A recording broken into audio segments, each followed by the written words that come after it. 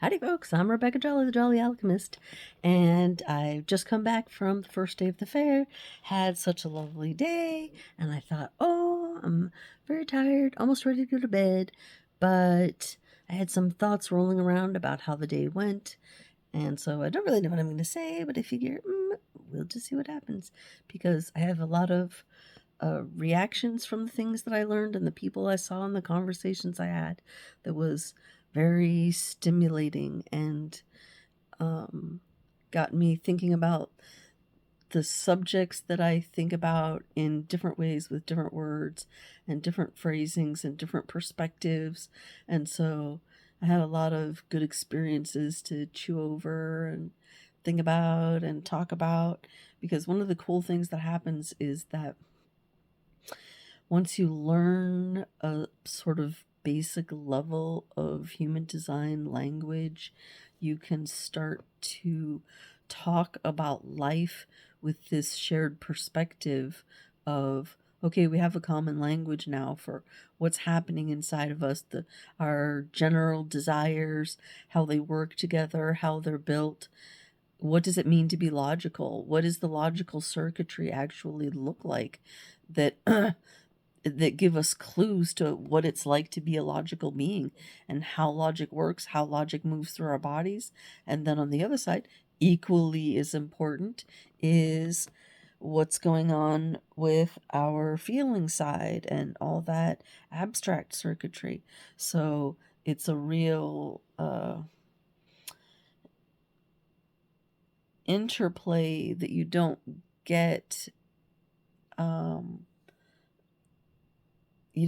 until you have a basic understanding of how it goes. But then once you do get the understanding of how it goes, then you can talk about so many other subjects more easily. So it's well, when you build a community of human design people that's truly a community and not just, oh, we say human design words. That's not the same thing as understanding human design. To say that, oh, I'm a generator, but to not have any idea what the word generator means, that doesn't, it's like saying I'm an INTJF or whatever they are. And I'm just like, yeah, I'm a bunch of numbers or a bunch of letters. It's like, well, yeah, cool. But there's no like real wisdom behind that. Like, I'm always looking for a system I can understand. I'm always looking for something that I can like make sense of the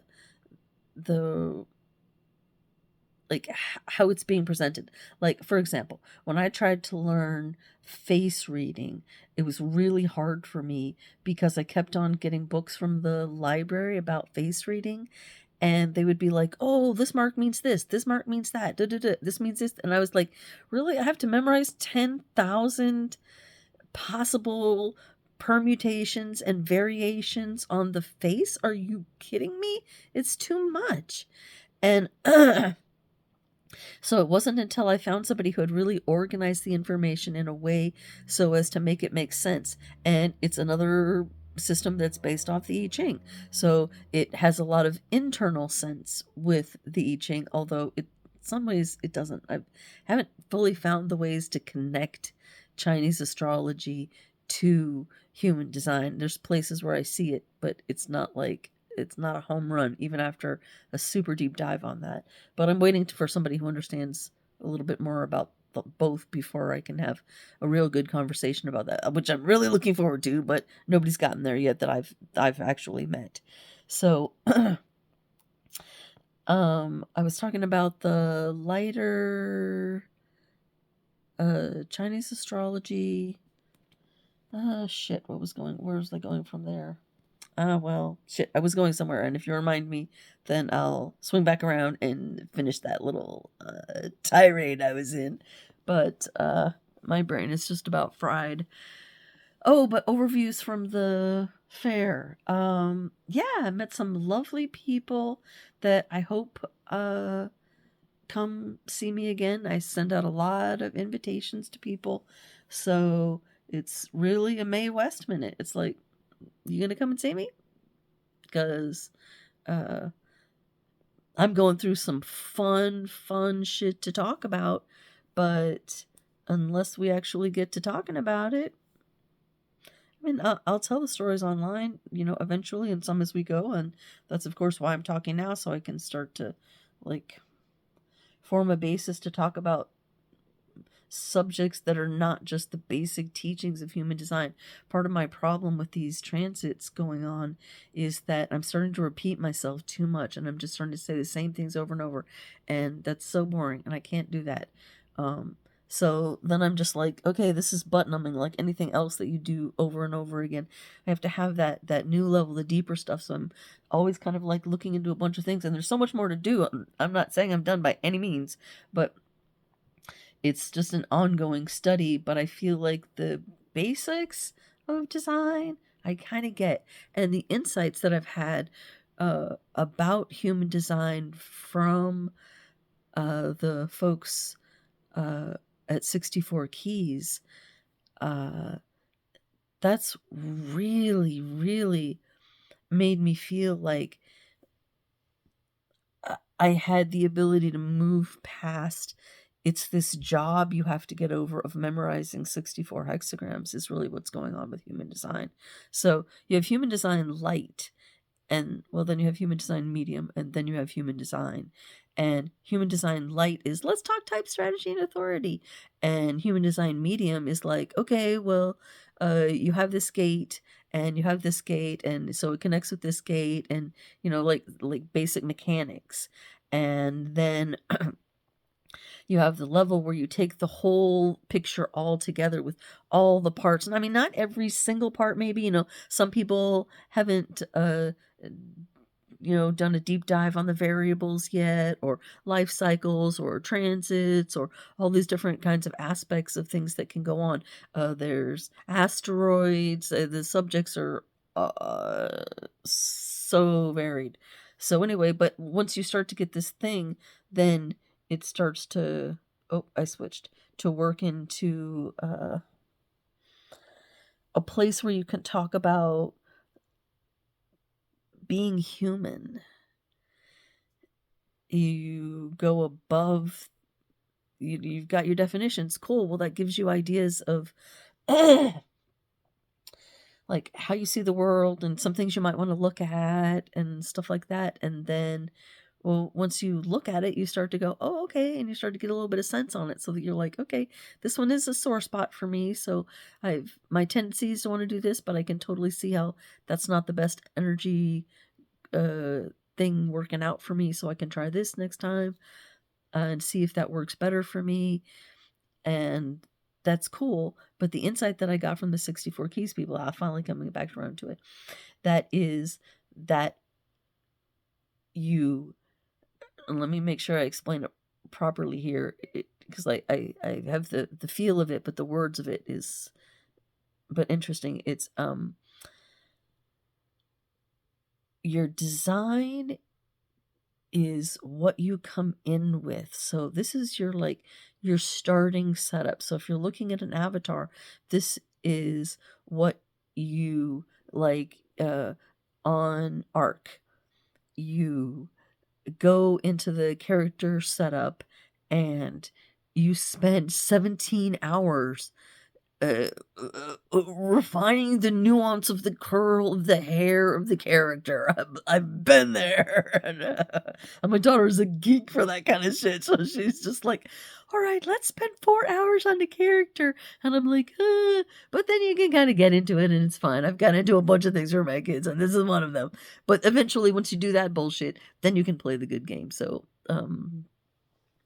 yeah, it's a whole funny thing, but it's just like that. So it's like the stats that you gave yourself heading into the game, like Dungeons and Dragons. But then when you're on the adventure, well, you need other things, you learn other skills, things come together, and by the time you've been on a bunch of adventures, you got a lot of little buff points, and your stuff is really working, and then you're figuring it out, and you're like, okay, I feel kind of comfortable in this game, okay, I feel like I've kind of okay, mastered the word is a big phrase, but a world, but I kind of have an idea of how things work. I feel comfortable with that. I understand the energies that I'm receiving. I understand the energies that I'm giving. And now I can transcend just doing the parts of me that are colored in and swing back around to the parts that are white generally, but that uh the attention they received was initially probably out of balance. And then once you balance it, then you have the capacity for great wisdom in that area.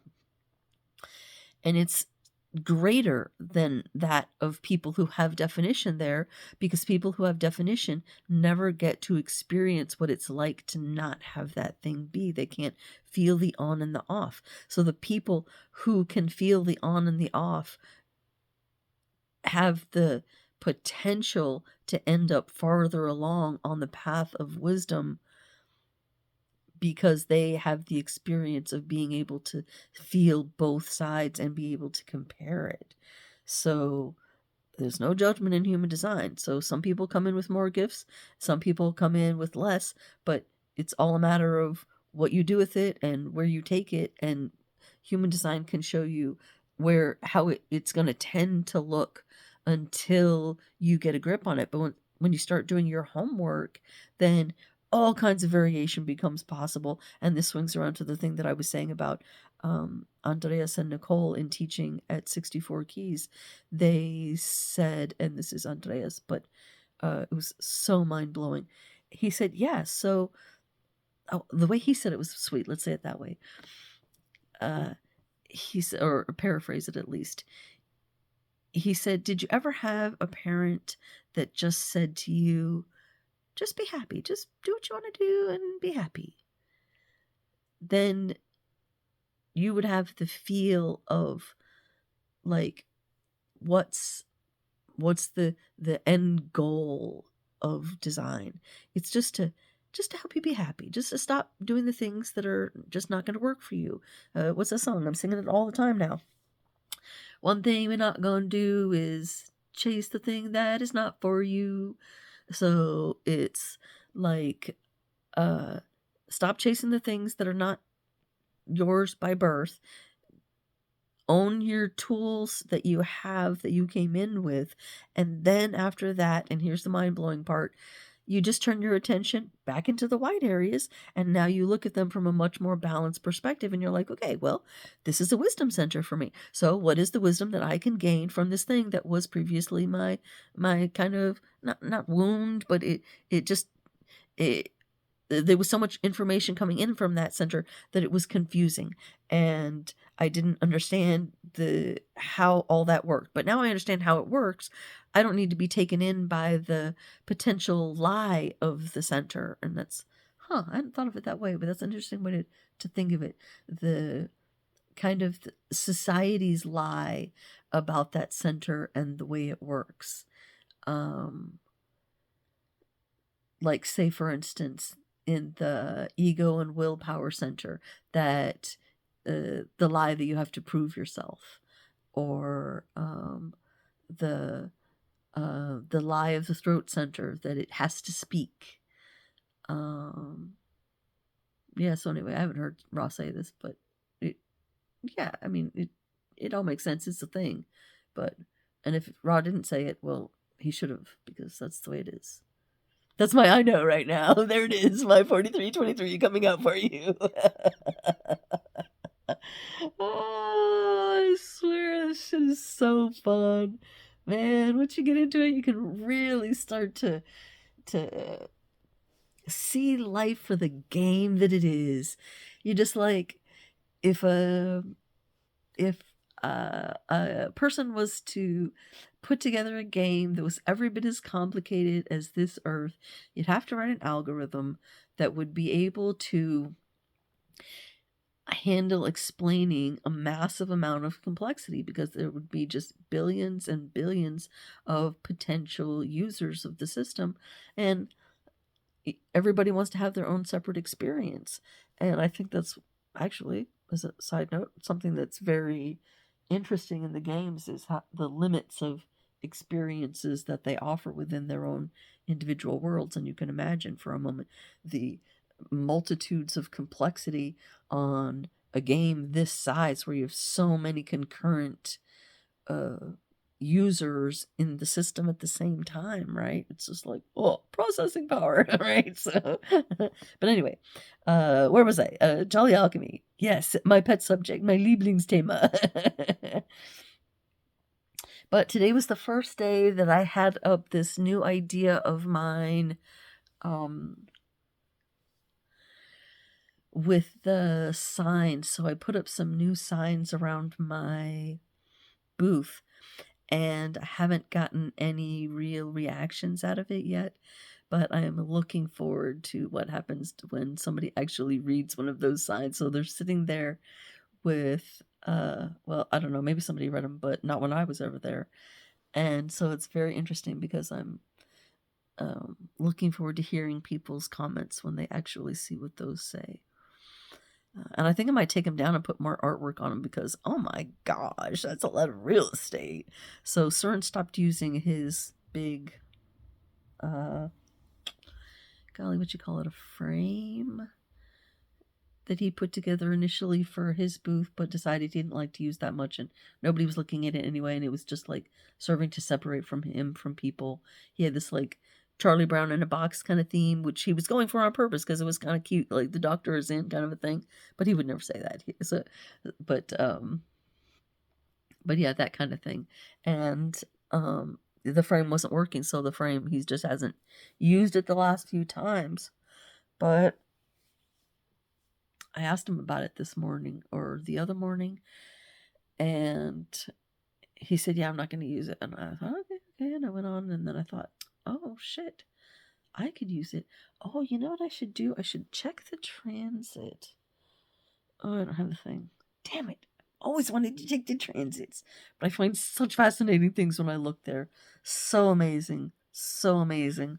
Oh, yeah. The transits are like, at first it's boring, but then you start to notice things about it and make connections, and at the end you're just like, whoa.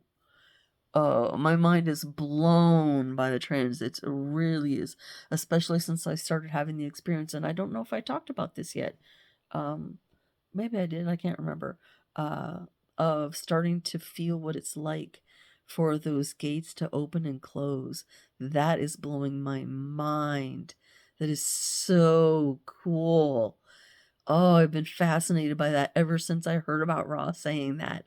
And so to finally, I'm almost 5 years in to feel that feeling for myself. Oh, that is so righteous. It is like beyond belief cool. It is really great. So, I am so looking forward to becoming more sensitive and feeling these things more. The transits that I've been feeling are moon transits. And interestingly enough, I had, was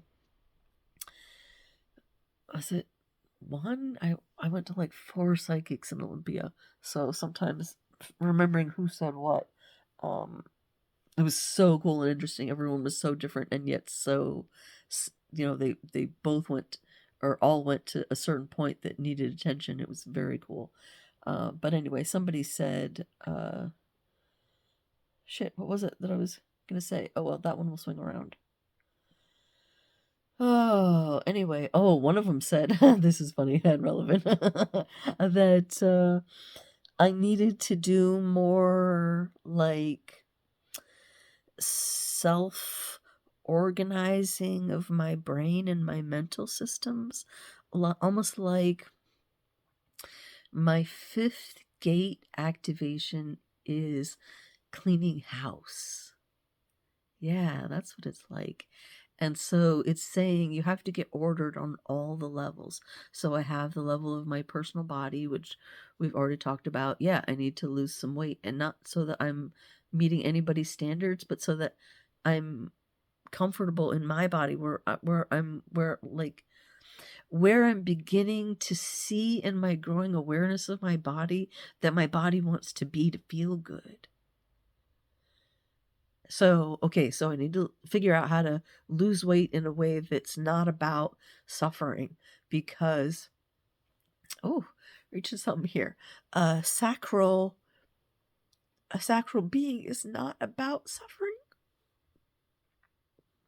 When I look at it, that's kind of the good news that I come away with from all this study of the system. We're meant to follow our bliss. We're meant to do what gives us joy.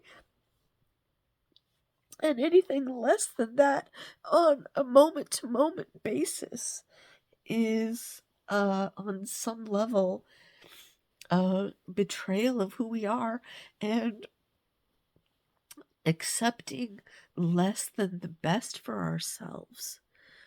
So, uh, wow, when you like get into it, at least it's my experience that uh, that being a generator is a great gift because we get to do what we want, and the secret of the joke is that everybody gets to do what they want. It's just like slightly different ways of getting what you want are going to work better for you. Oh, it's so fucking funny.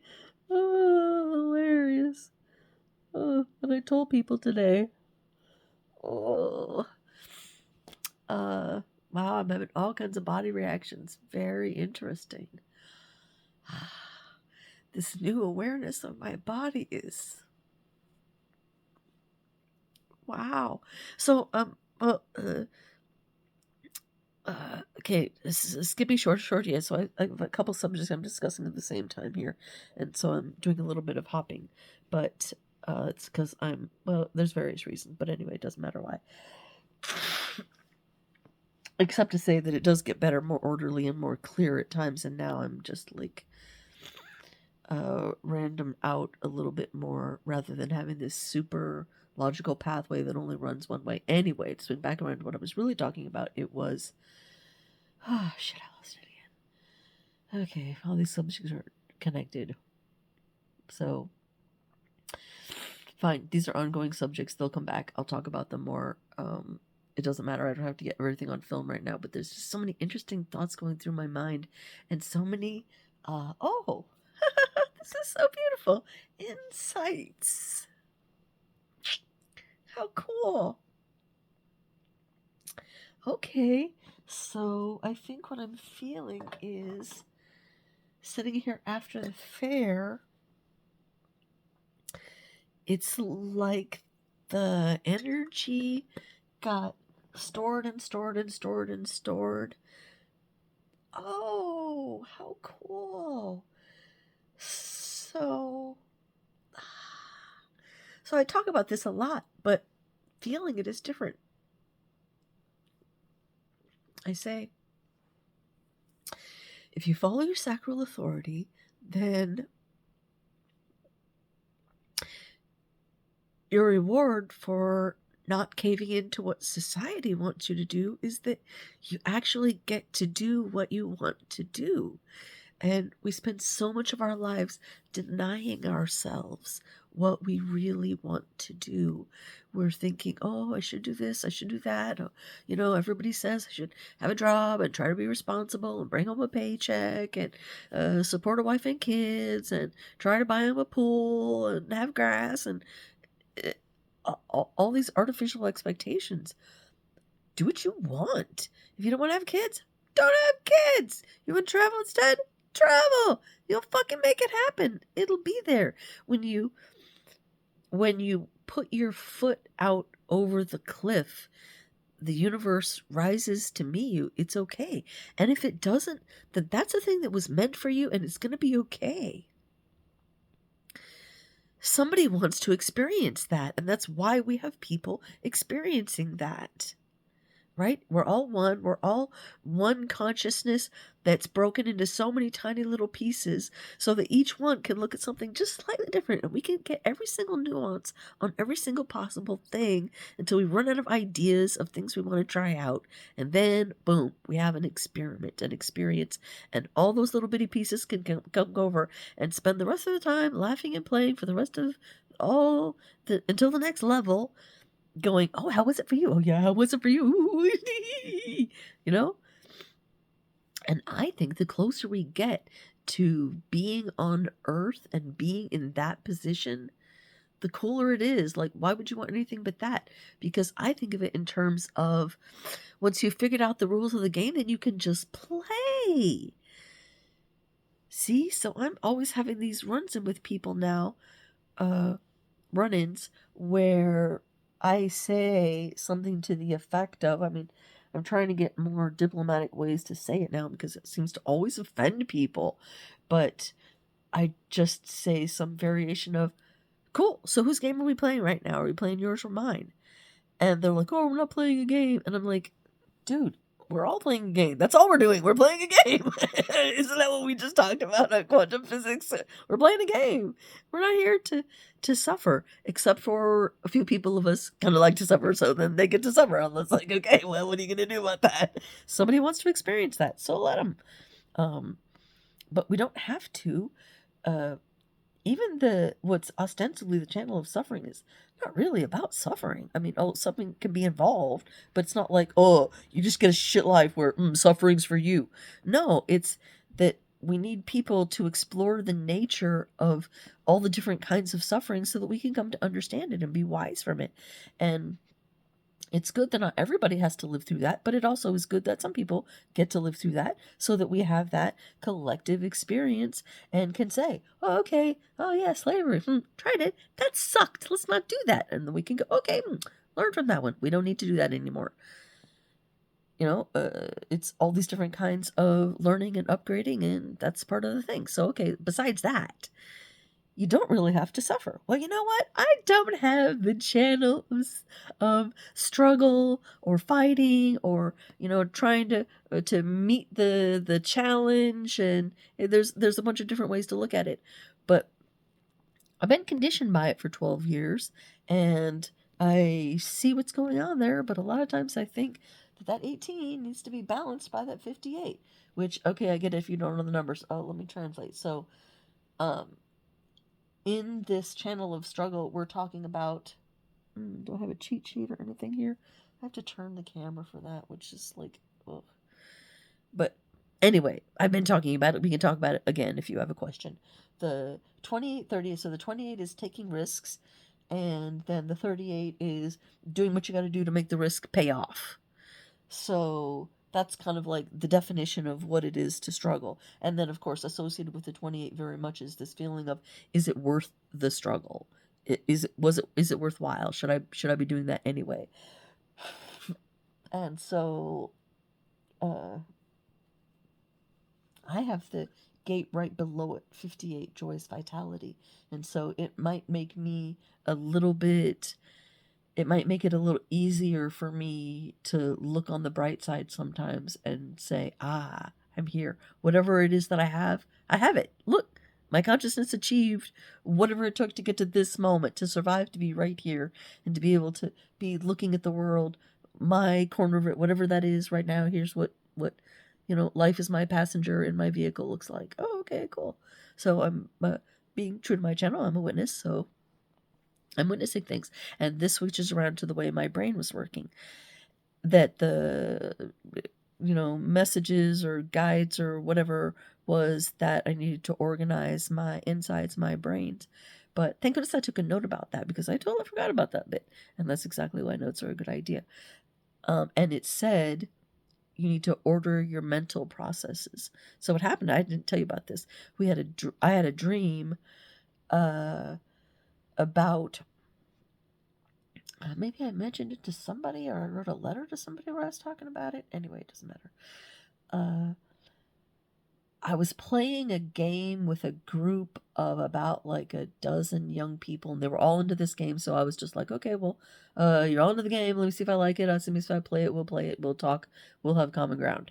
And I was getting into it, like I can, and then somebody on the side said something to me, and I was processing like, I don't know, like half a dozen things, and he said something, and I said, well, you do this, or you have, have this or whatever, and I didn't use his name, and he goes, oh, uh, so, you think you're so big and bad, you come here telling us you figured out so many things, and you can't even remember my name. And I was just like, dude. And in the game, in the dream, I pulled back from this game that I was playing, and it was like, I don't need to play that game. I only played that game because you said you wanted to play that game. I don't have to play that game. If you want me to talk about your name, honey, okay, it can go back up into the levels of my brain where that kind of easy come, easy go knowledge, as far as it's concerned. I'm sorry, I love you, but I meet too many people to remember all their names. And unless you make yourself stand out by sharing some of who you actually are with me, that I can like look at your chart and be like, oh, I see that in your chart. That's what I like to do. That's very, very interesting. That's why I'm saying, come see me sometime. The Mae West thing. Because that's what she did. She was adorable. If you don't know Mae West, she's old, but she's sassy as hell. And she's just like unapologetic, and she got what she wanted, and she is such an example, and she's really not gotten the attention that she deserves, in my opinion. But of course, I must have looked it up. I'm positive I looked it up, but I don't remember her chart right now, whether she had any 5 in her.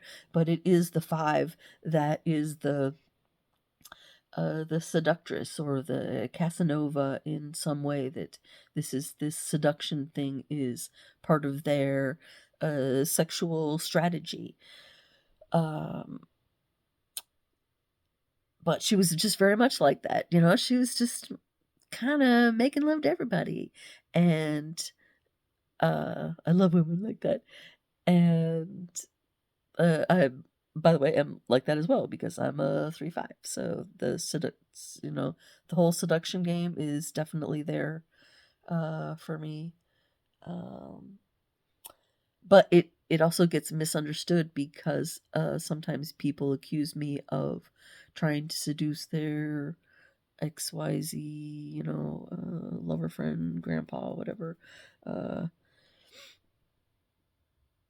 But it's just what my energy does to people. That's not what the thing I want to talk about. What was the thing I wanted to talk about? There were so many things, and they're all just going back and forth in a sea, and I keep sloshing back to each one of them, because there's so many like new layers of ways of thinking about things from talking to all these people from all these different modalities, that it's making time go by in my head where I'm having to process things a little bit differently. And it refers back to that dream where I was explaining my processes and how I could go really, really deep. Like I was using the analogy of the Dewey Decimal System.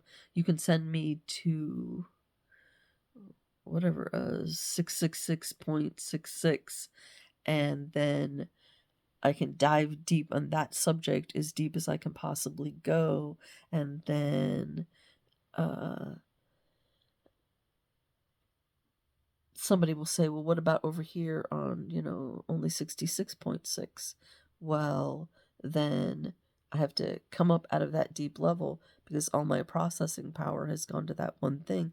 And then I can talk about things on this surface level up here. And it's not even really about processing power. It's about the level at which you're looking at things. So it's like, geez,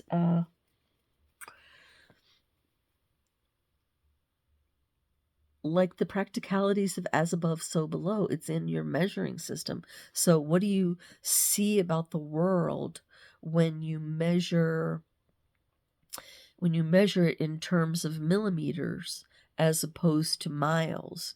You notice way different things about the world when you study it in those different ways, but then you begin to see ways in which they're also very much alike, and then the game's just up on another level, as the Grateful Dead said, my Lieblingsband. So so many delicious new insights. This is another of my conversations here that are, now that the pressure of incoming information into my system has stopped, and I've had a great talk. I'm ready to do more thinking. And I kind of am, except that, oh yeah, that was the thing I was going to say. except I do have tomorrow. But back around to this real quick is that what I'm noticing is that, okay, today, as best as I can tell, I almost completely followed my sacral yes most of the day. Like, I'm getting much better about that. Um, and so it's making things run much more smoothly for me. Like, little magics are happening for me. Like, I processed into part of my like daily voice of saying shit just works out for me. It just works out for me. And then of course I realized that is backed up by having two 46th gate activations. The 46th gate, we're not in front of a chart right now, or I pointed out to you, but that's serendipity, love of the body is the temple, and I didn't understand the relationship between those two at the time. Like, not fully, and still not fully, it's still growing, but it's getting more deep as I'm understanding the relationship between the body and luck. Because what's happening there is, it's luck is about putting the body in synchronization so it can be in its optimum time and place. And if you put it in the right time and place, if you be where you're supposed to be when you're supposed to be there, in other words, then you show up for something magical to happen. So you catch up with a really magical moment. Speaking of which, I can definitely talk about one of these brand new transit things like that as a magical moment. And I took a picture. So, I know it's impossible to tell whether something's fake nowadays, and you don't have to take my word for it because I saw it happen. I was like, wow. So there is a picture, but it's not necessarily saying anything to you. But I found, oh, well, I'm going to tell it later. It was very cool, and I do have proof. But the activations, what was it? It was about feeling the activations, and then it's led to, oh shit, swinging around and around. And I do have the thing tomorrow, but I'm feeling like, oh, yeah, magical things happen when you align your body. Oh, and this is the new definition. Let me see if I can put this one together. Align your internal rhythms with the rhythms of other people's joint reality streams. And not just that, the larger streams of the environment and the outside world. So then you're synchronized. This is what it means to be in the flow, is there's actually an optimal path for you from any given place forward. So no matter how many times you fuck up, you can still start taking the right path for you from then on. So you can make your life easier from there. And sometimes I think it works that people who really, really suffered, and it's not to justify suffering, but it's just saying those who end up suffering in really deep ways, like people who live in prison, then when you get out, if the experience of prison gets you sick of it, that you're ready to do something different, then those people have a tendency, I think, to have the capacity, not that they necessarily do, but they have the capacity to learn more faster in the end, because they're like, okay, my priorities are fucking straight now if they were not before. Let's get on to what's really important here. And then they just whoosh ahead as students of life. But of course, there's all kinds of gradations, but you definitely have this possibility of people actually being rehabilitated and saying, okay, now I get why the things that everybody says are important. And I'm not saying that I think the things that everybody says are important are really important. I'm just saying, for the sake of this example, they start to understand why some rules have been made. And that's a beautiful human design talk there on 360, why rules need to be made and what it's like to make new ones and uphold old ones and all these kinds of things. Oh yes, insights coming in. So I'm feeling that too. That's awesome. Before, my understanding of the 43rd gate and the nature of insight was a little more like, oh, I got a great idea, law, insight. And it's a little bit like that, but it's an insight is nothing unless you can explain it. So a lot of people, and me included, um, have had insights that come in, but then it's like they slip away before you can record them, and they sink into lower parts of the consciousness where they only needed to pass through the top of the brain for a second. Less than just they just need to flash through the top of the brain in order to stack into all the back files of the brain, ready to hold all this information. I begin to understand what's going on in the fucking brain. We're like, what are all those fucking cells for in there? Well, if you think about it, I mean, I don't know if it's really the way it happens biologically, but it kind of makes sense that when we put something like memory into a physical structure, that there would be some sort of association with, physical structures like bumps and memories. Of course, now we know electronically they're pathways, but when you put together series of pathways, which would be series of recorded impressions in the brain, right, then you'd have uh channels where the electricity fires more frequently, so it feels better, and it's more easygoing, whereas you're sending it into another way, and then your brain is like, oh, I gotta explain it differently, I gotta like go a different way to get there, like yeah. Well, speaking of which, oh, I'm feeling so good. Yeah, I keep on swinging around to the subject. Here it is. I feel right now, of course I have had some CBD, like my body feels excellent. Like I've I've been through something. My body is like um not like pulsing, not glowing, but there's a little bit of a feeling like uh, okay, a metaphor, like the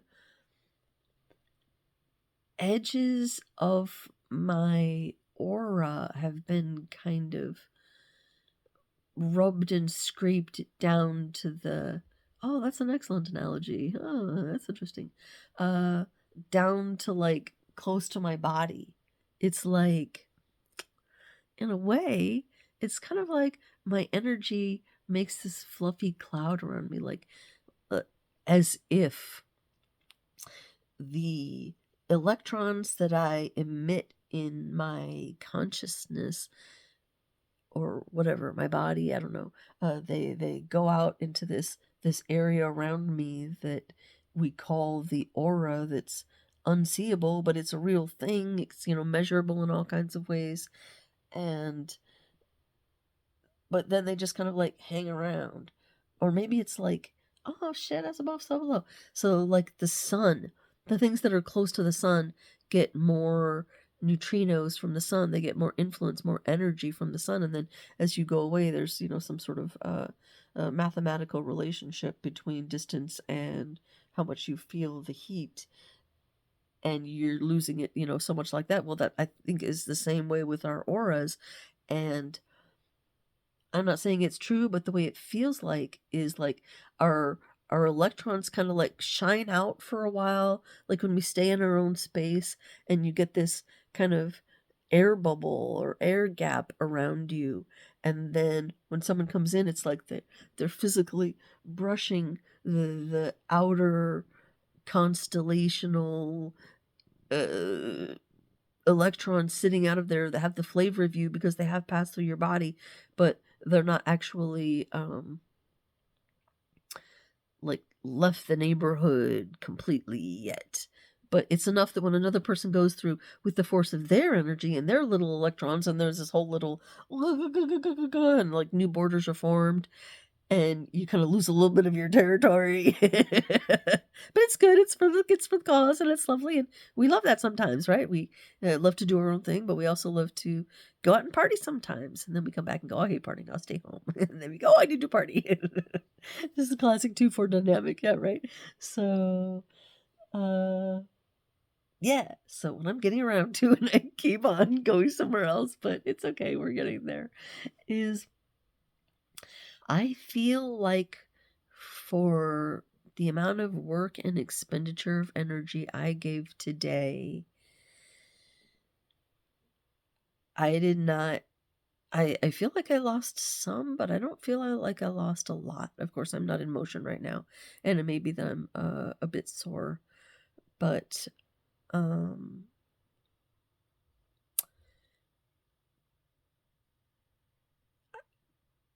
what I'm trying to say is I don't feel like I gave up a bunch of energy like I used to feel from the fairs. So I would go to the fair and spend all my time talking to people and trying to be this missionary for human design, and I'm sick of that. Um, I'm tired of trying to convince people that human design is a thing. Let me explain to you a bunch about this system so that you can see its validity. I can prove its worth in a very open, ego, willpower center kind of way, and then you'll see the value of it, and you'll see that I have so much fascinating knowledge from this deep dive that I've done. Um, and then you'll be as into it as I will, and you'll be my student forever or some shit like that. I don't know. It's I, that was not.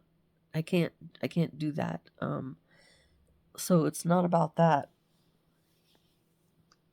Um.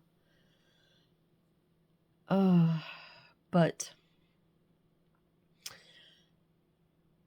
in recording my own experience as I have been on various levels, this is exactly what it's for, is to make a record of these things as they pass so that I can understand my progress again as I swing around in the cyclical nature of the 42, 53. Those numbers always confuse me, but that's the way they go, I think.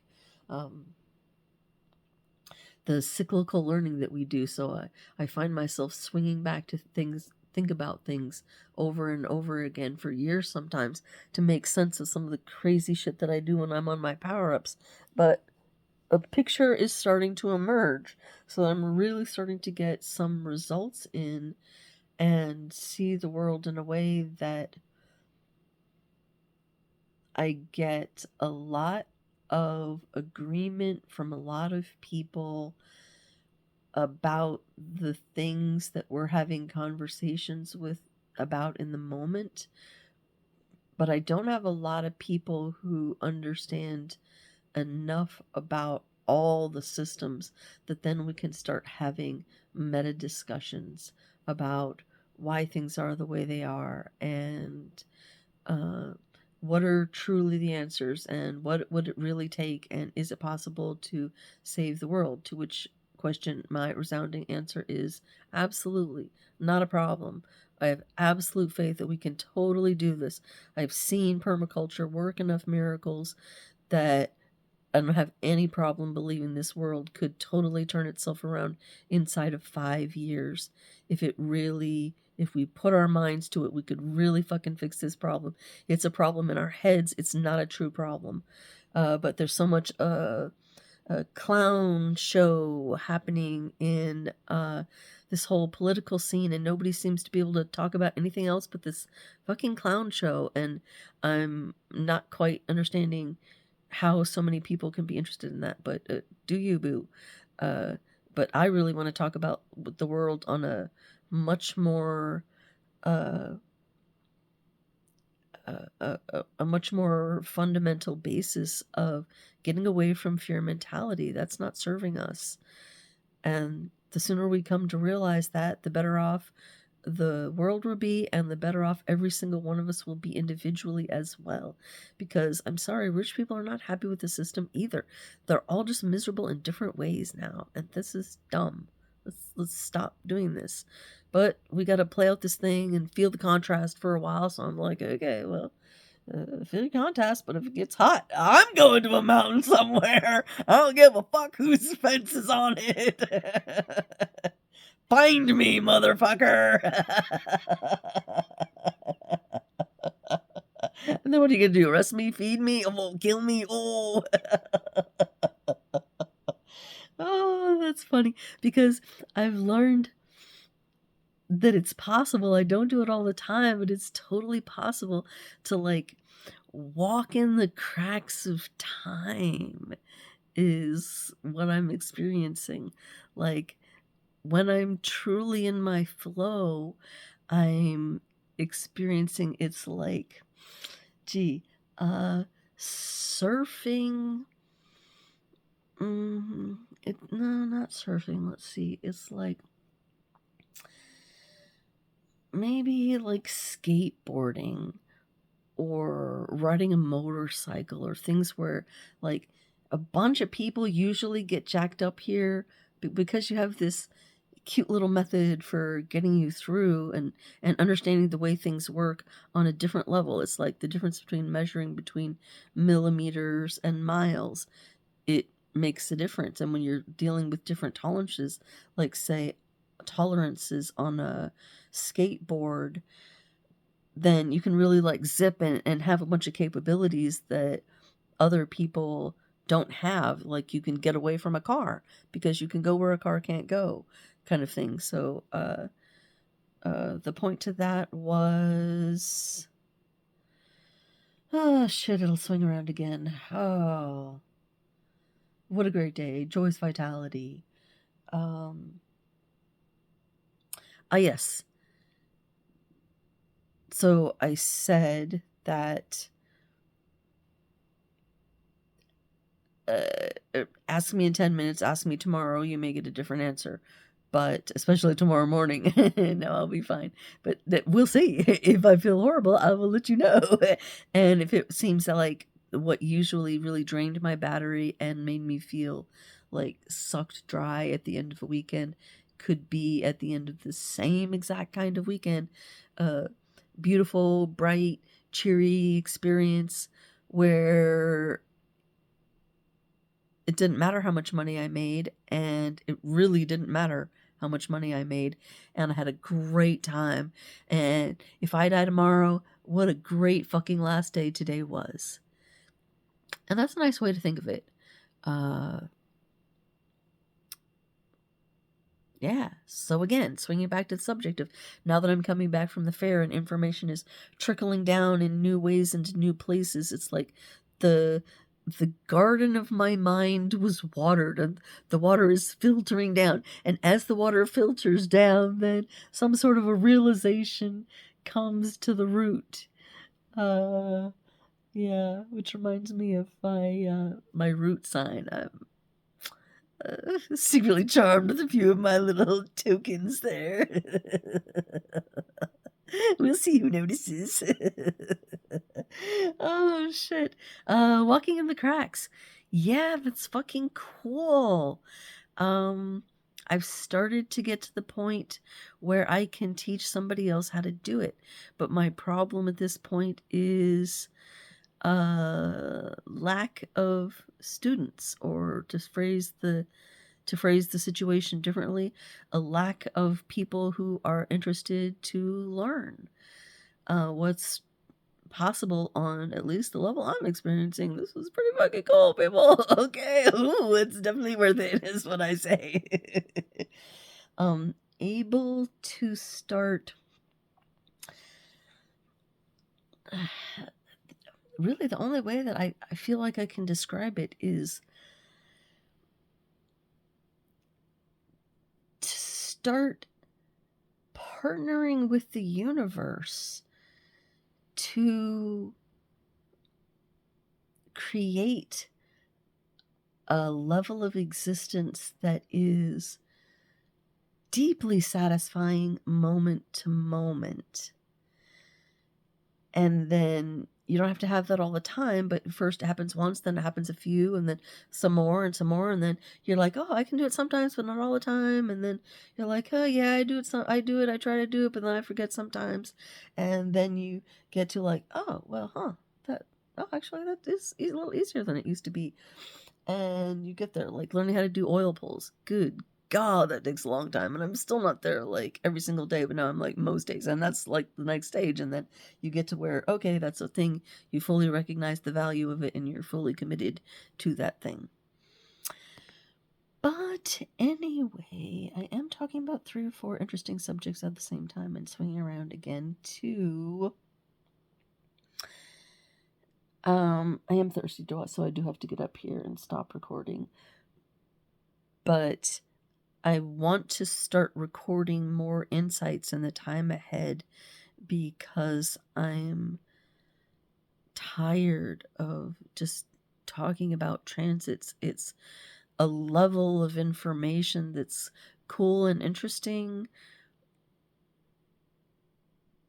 but I'm starting to feel much more comfortable with the transits and what they're doing now after almost a year of looking at them. And I don't feel like I had a full year of looking at them because I looked back and it was really, I think, not until April that I really started to groove into like, oh shit, there's something here. Oh shit, I need to look at that.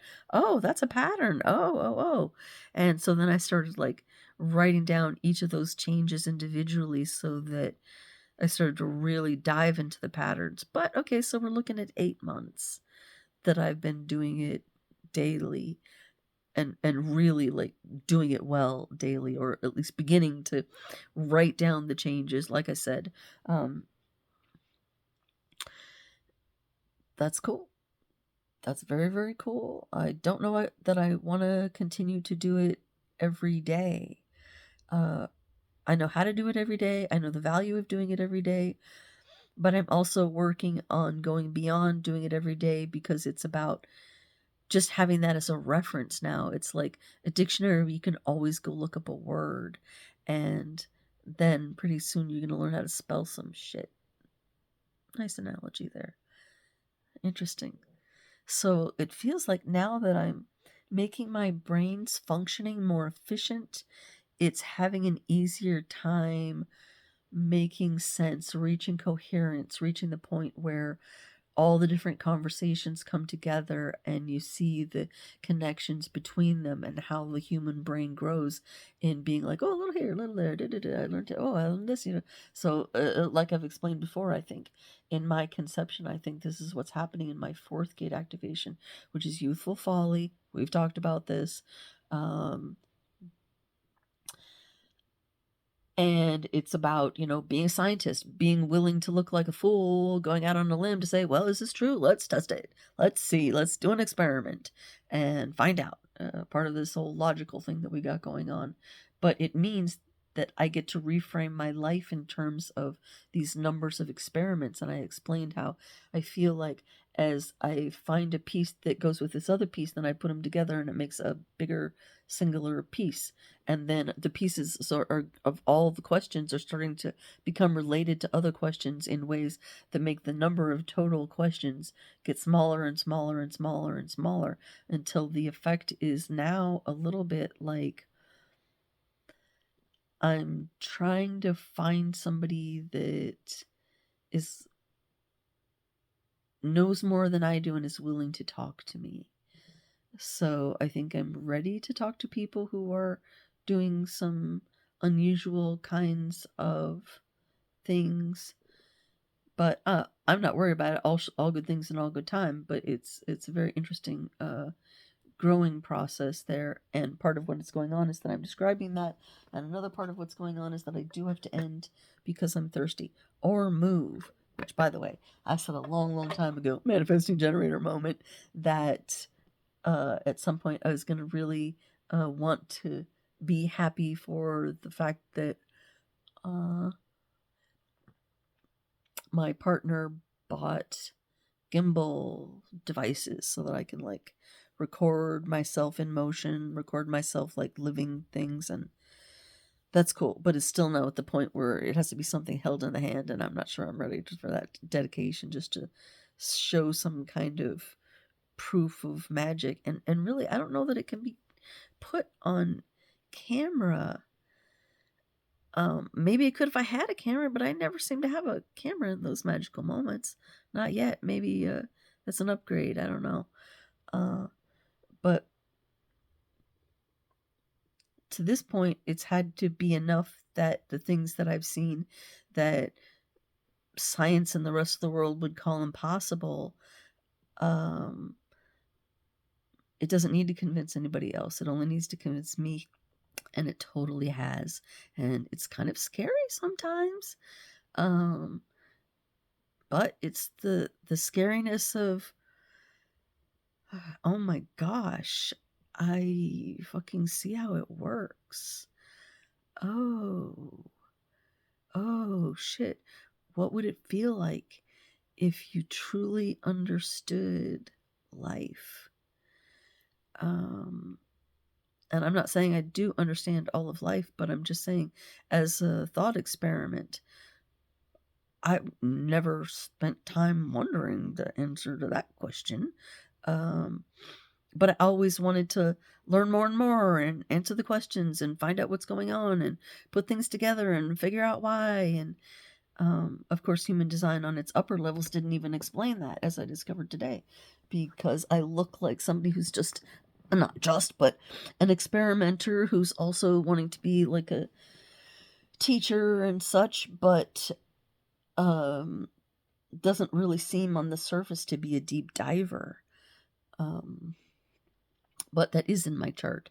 So then it becomes this interesting thing happening there. But anyway, what was I getting around to? Oh yeah, the magic. It's totally theoretical that I could figure out how to take pictures. And when some of these weird things happen, I have been trying to take pictures, but the technology doesn't, it's playing its part in the game. Oh yeah, so this is the analogy I was going to explain. It's like, you know those movies where you have like Batman, where you have the hero of our tale going out and doing, kicking ass and taking names, and then he has this secret little buzzing voice in his ear that's saying, "Oh well, that's a blah blah blah, such and such a model of, and it'll do this, and if you kick it here, the whole car will collapse," or whatever kind of thing. I love myself. So anyway, should I get caught up in my own joke? That's hilarious. Oh shit, that's funny. Where was I? I amuse myself, which is good because for a long time there hasn't been anybody else. That is funny. I'm laughing alone. Oh yes, magic. I'm looking for somebody to laugh with. That's what I'm trying to do. There's how I need to explain it. I'm looking for somebody who gets the joke. That's another way to explain it. A very good one. I'm looking for somebody who gets the joke. That is what I'm doing. Very good way to look at it. And some good news. I am looking to figure out ways to be mobile doing that. I'm wanting to enter a phase of more mobility and getting out into the world and talking to people more. But at the same time, I need to have a personal retreat space. But my personal retreat space doesn't actually have to be that big. So I'm actually experimenting now with, well, how small can it be? And looking at building something that's approximately 3 feet by 6, or if I'm feeling generous, maybe 7 feet, to be like a bicycle wagon. I'm still not 100% sure about design, and I'm certainly willing to be influenced by somebody who's willing to play around with the subject as to what the best design for like bicycle campers is, and things that can be made, with any kind of a reasonable resource, supply, or very little, ideally. Just because why spend a lot of money when you can make something perfectly cool and useful without? That's what I think. Some people say, "Oh, scarcity mentality," and I'm like, no, make it into a game. Find the fun, snap the jobs game. So you win, by the way.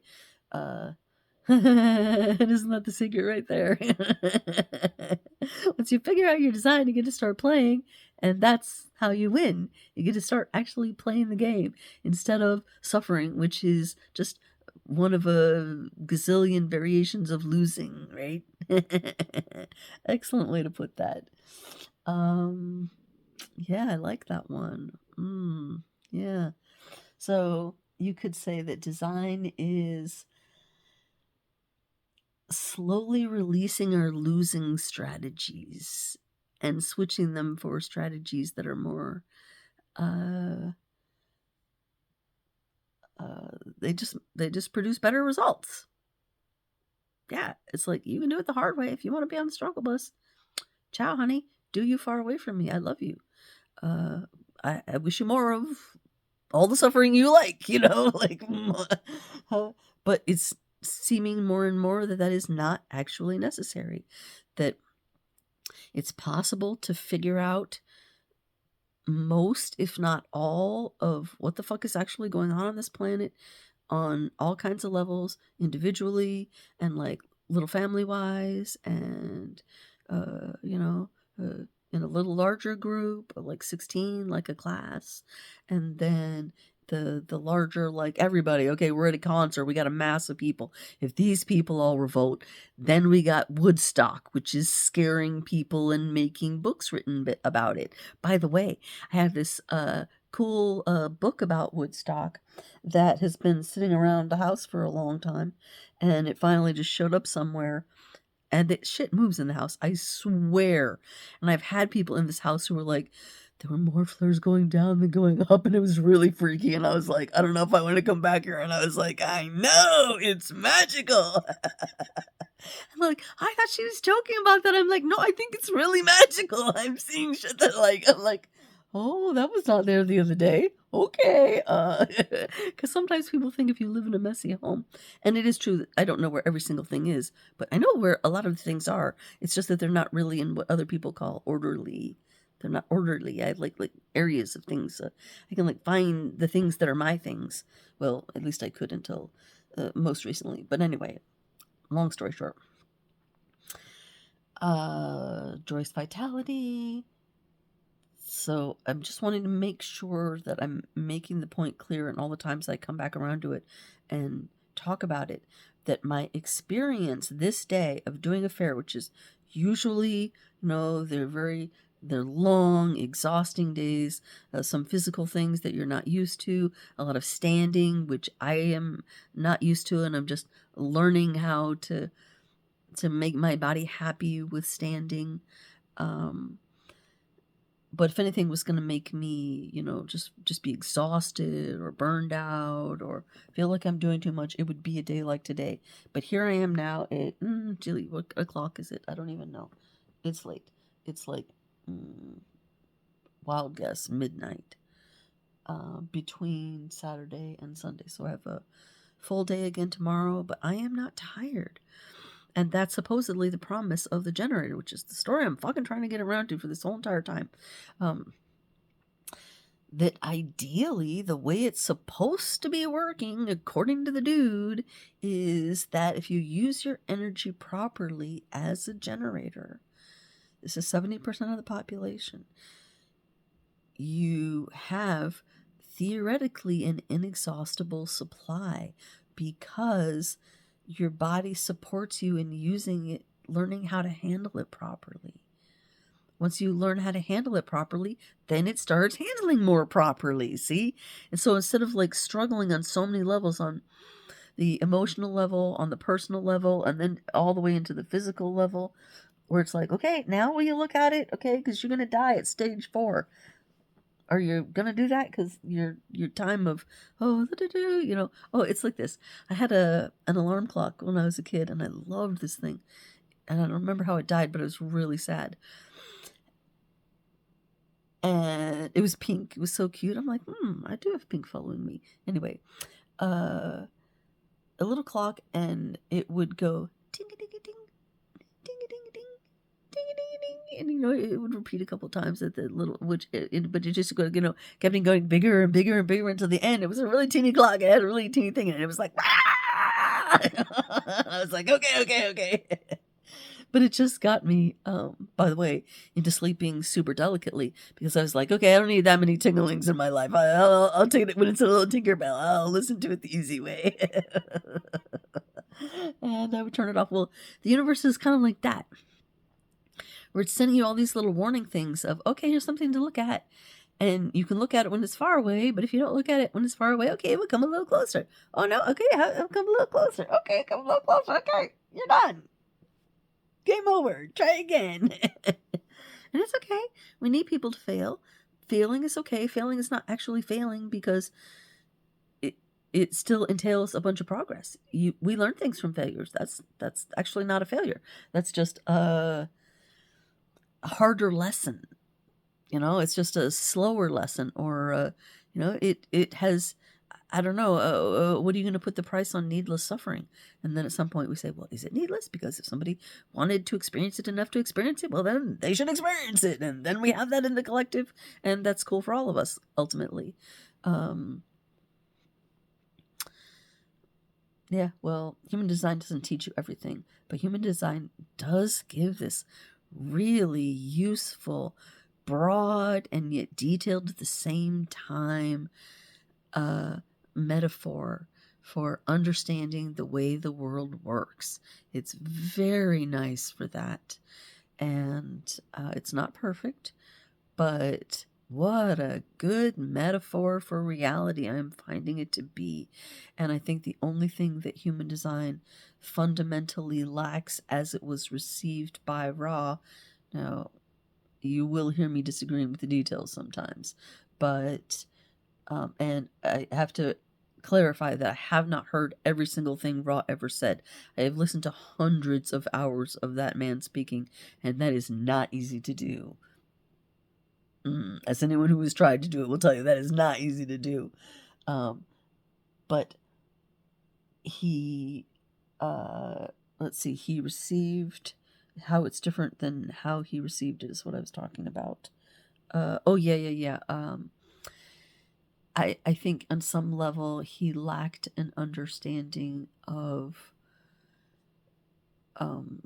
like quantum physics, like the physics of love and how it works, because his sort of summing up of like what is life was pretty much to be the complete passenger, watch what your body is doing and enjoy the ride, and realize you have no control over anything, and that's it.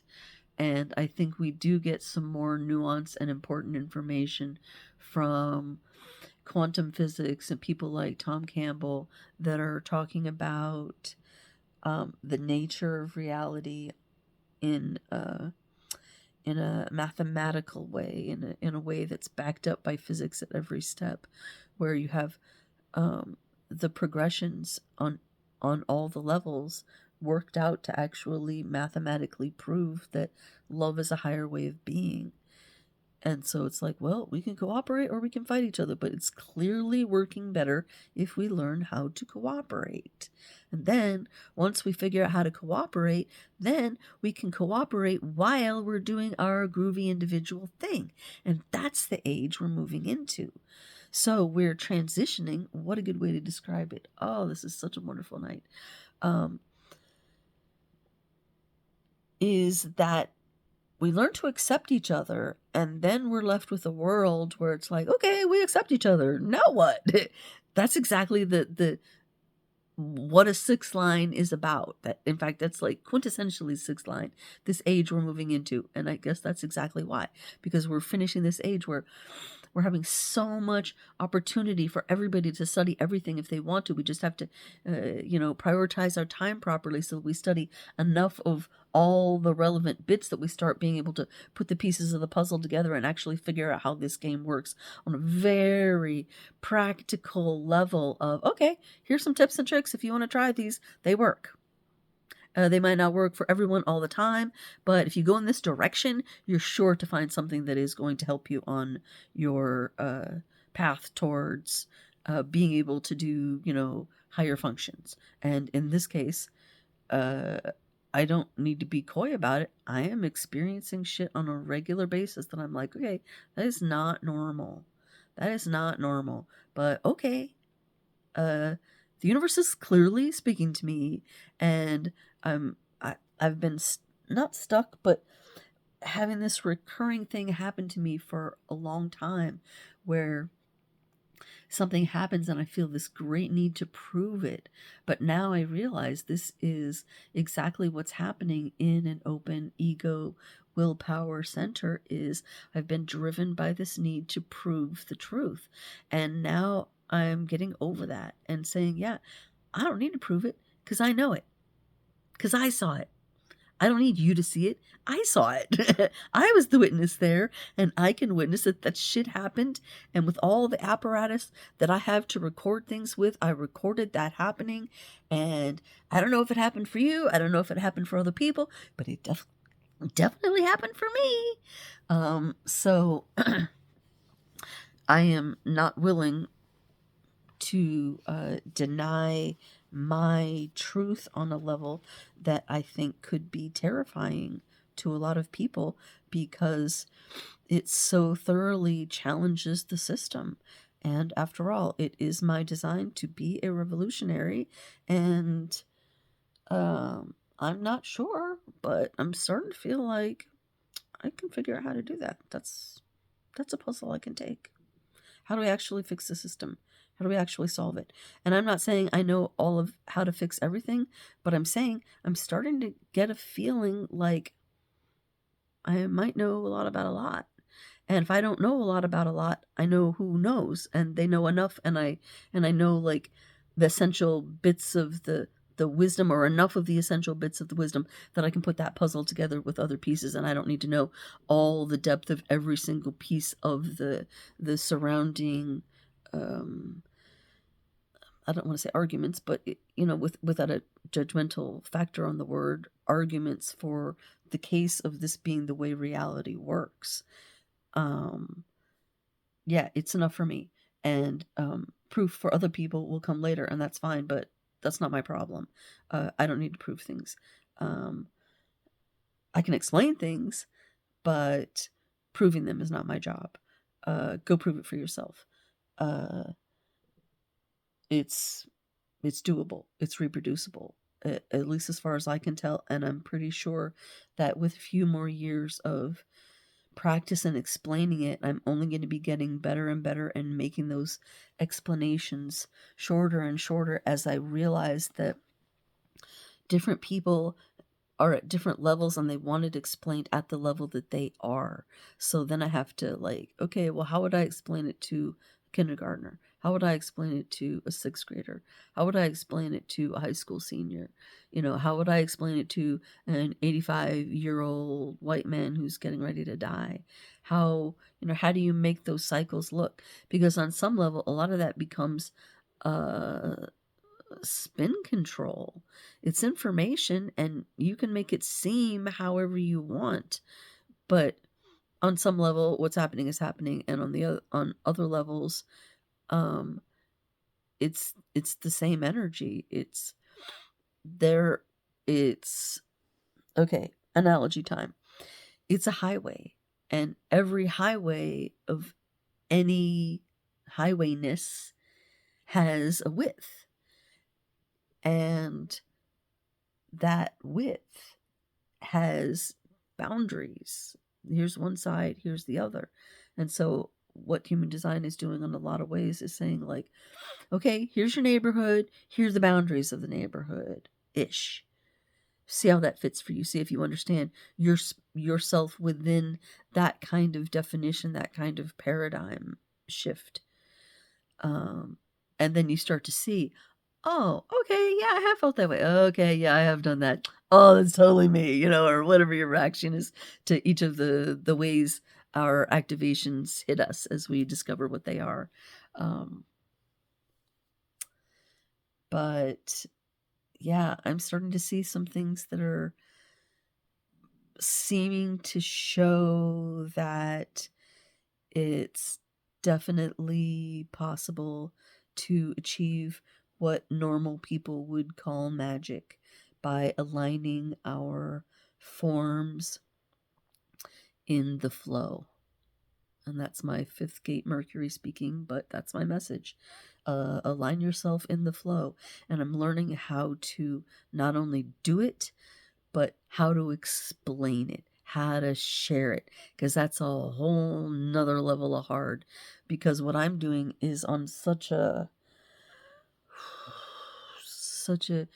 deeply intuitive level that it just goes into just crazy stuff I have done, where somebody looking at me from the outside would just be like, you just lost it. You're just crazy. You just not making any sense to anyone why you would say and do these things. And my reaction in the moment is various, but over the long term, my answer to that is that that's a long fucking story, and I can tell it to you, but it's not going to be in one sitting. That is a story that's connected to so many other deeper stories. And a lot of times when I'm doing power-ups, I get lessons out of order. So I might be learning about something super, super advanced one minute, and the next minute I'm doing baby steps of like, oh, this avatar that you're not paying that much attention to, it's actually in a lot of pain, lady. And you need to fix that. Because, oh, and I learned this the hard way. It was so fascinating. That my body is vibrating at such a level, and it turns out that's seems to be how it's working, that we have a vibrational range. It's like our home base, and we can go, really high out of it on either end of the scale, but generally we're hanging around in one kind of area. And that's like our little familiar neighborhood, our little Lieblings area, yeah. And that neighborhood we can change. That's, raising your vibration, facing your fears, becoming more love, getting, grow up, be mature, nurture yourself, do your trauma recovery, all these, all these different bits and pieces, and some of them, synonyms for the same things. But it's just what I call just doing your homework. Yeah, start to do your homework, realize it's a class, and after you take the class and take the test, it's not like calculus, right? I saw this joke just the other day where it's got the little guy on the little, it was so funny. sorry, crystal ball. He's on an island. It's one of these bitty little deserted islands with one palm tree, and he's looking at a shark, and he's like, all the time I spent on calculus gives me a ton of interesting ways to understand this situation right now, but of course none of it is applicable or practical at all. He's like, he's fucked. He's just fucked. But he understands it in so interesting ways after doing so many math problems having to do with, if a shark was coming at you in so and so many miles an hour, how long is it going to be before you don't own a face? Silliness like that. But yeah, the lessons as they've been coming in to me have been just vastly wild, and I can tell at the very least most of those stories. I can't tell all of those stories yet. I don't have enough closure on some of those areas yet still, but a lot has become more clear so that I can understand a bunch of things that I did a long time ago and I didn't understand why, but I was called to do it, and I was like, okay, that seems like something that's not that nice. But the universe is like, no, do it. And I'm like, all right, I'll submit. We'll do it. We'll figure it out in the decades ahead. But it turns out that most of it is not taking decades to figure out why I did that. It's just really complex, and it's really nuanced. And so it's not beginner knowledge. It's not knowledge for people who are bound by the really straight black and white thinking of duality. And that's one of my little tricks buried inside of the signs that I just put up. It's really talking about a need to move beyond duality. And we live in a dualistic world, so I get that, and we're here to appreciate that. And I get that, and I think we should get that. That's what we're here to do. Let's do that. But while we're doing it, let's not imagine that that's the last stage of development, is all I'm saying. So there's something beyond that that's really using all of it together, and really it's like God, there's a German word for it. Feeling the contrast and its boundaries. It's, how much contrast you can handle in certain areas is a very interesting game. And I lost where I was going from there, but that one is going to come back because I'm totally on a very important line with that. But it's okay, swing back around. Oh, which reminds me, I've been telling this joke for a long, long time. It's not a joke, but it's a reference. So that people can understand every time I say it what the joke is referring to, and they can join in because it's a darling joke. But it's so hard and long to tell it. The one about Arlo Guthrie, and maybe I'll get it out this time. Talking about the story with the Alice's restaurant and the, what is it he calls it? It's so charming, so hilarious. The Thanksgiving Day massacre. So cute. And he talks about the whole, he gets arrested for, did he get arrested for littering? It was something like that. That he had to go to court and justify. He tells the whole story in painful detail. It's hilarious, but it takes a long time to listen to. It takes I don't know. There's different lengths of versions, but I think there's a version that's a movie, so that would be like an hour and a half or something of getting into the details of telling the story. And while he's telling the story, he's playing his guitar at various points, and it's a multimedia show kind of thing. He's very charming. He's very funny. And he's, doodling on this theme song for the Alice's restaurant. So this little ditty part of the, the identifier of the theme keeps coming up again, and he's missing the singing part because he's talking, and he says, "Don't worry, it'll come around again on the guitar. And when it comes around again, then we'll start singing again." And it's no big deal. And it's just so adorable about that. So we picked that up as a phrase, the girls and I, and we would say, "Well, when it comes around again on the guitar, or when it comes around again, we're going to get on it that next time." So I do say that sometimes, and now you understand why and what I'm referring to when I do that. The adorableness of Arlo Guthrie. Speaking of which, while I'm sitting here playing with this, let me show you this really cool treasure.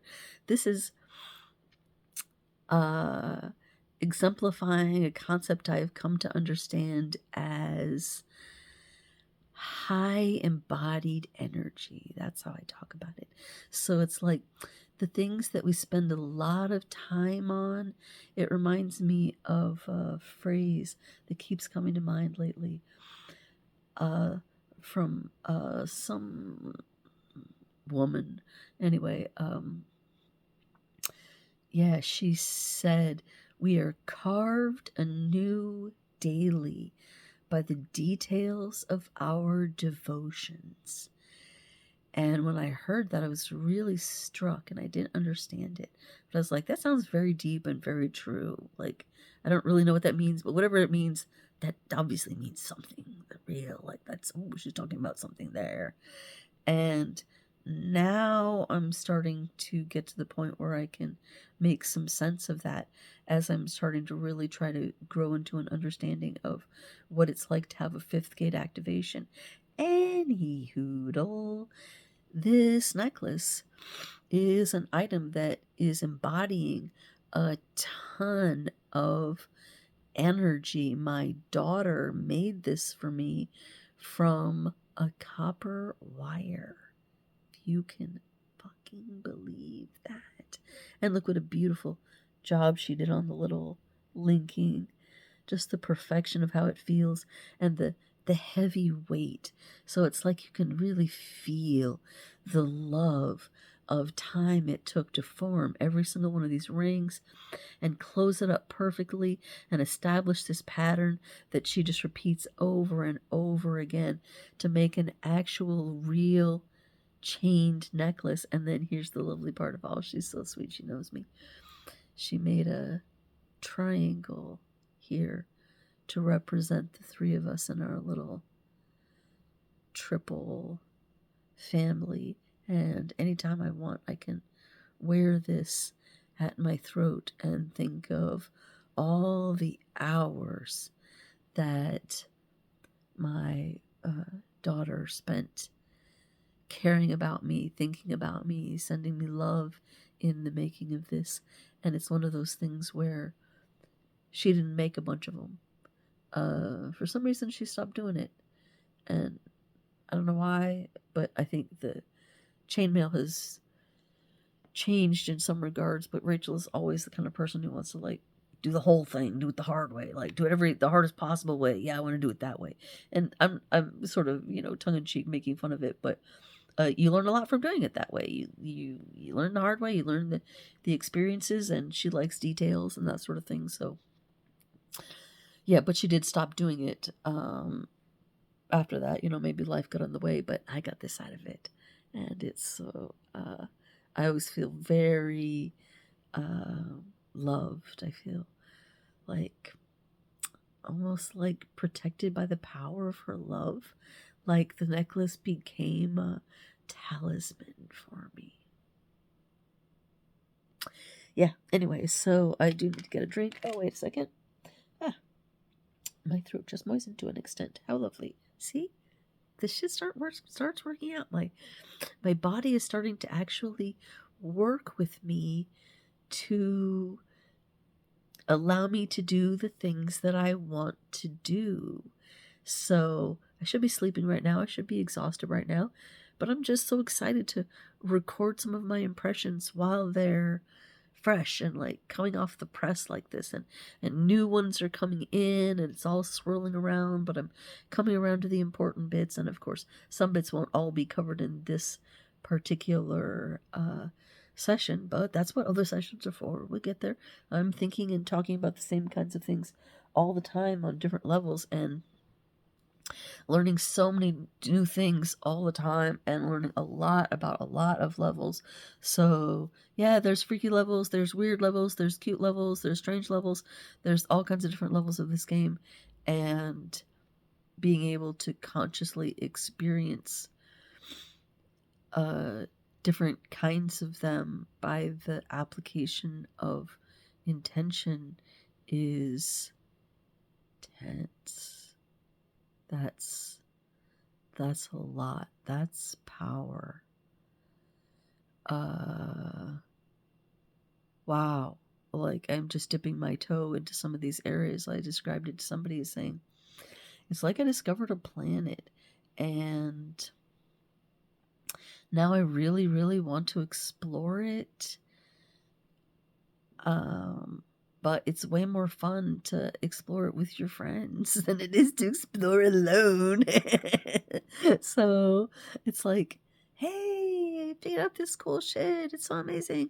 I do all these things that are magical. And they're like, yeah, magic, mom. Okay, yeah. Like, let's see, the kind of magic they think is going on.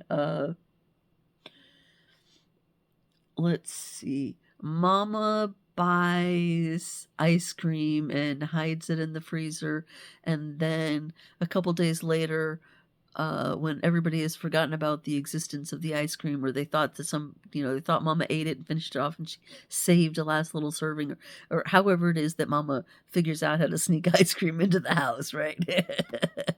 And then out of the blue nowhere, she says, oh, I wish we had ice cream. I wonder if I can make that magic happen. But she knows in the back of her mind she's got ice cream in the fucking fridge. And pretty soon the kids figure out, they're like, hey, you knew about that. And you're like, hey, Magic, you didn't know how it worked. No, not that. I'm not talking about that, although I'm not above that either. It's fun. We have so few joys as parents. We're like, we got to take what we can. Oh, speaking of which, I always come around on my favorite jokes. One of my favorite pranks on my children. They're just still like the whole time. Oh, it's so fucking funny. Okay. So, oh shit. Rachel was standing in the closet. Oh, this is a good one. And she said, should I wear this or this? And I said, well, that one. And she would go, this one? And I would go, yes, that one, whatever it was. Because I figured the first thing she pulls out is like the one she's actually wanting the verification for. So I was just like, hey. She was like, oh, you're right. Good taste. And she puts it on and goes about the day. And I was just like, okay. I wonder how long that one's going to work. It worked so long. It was so hilarious and so fun. I had fun with this for months and months. It was so long. Every time going, I mean, not every time she wore something, but every time she was, like, every time she was like trying to figure that shit out, she's like, this one. I was like, definitely that one. And she's like, yeah, you're right. And just picks up the one. And I'm like, okay. Finally, she came. She was like, wait a second. Which one?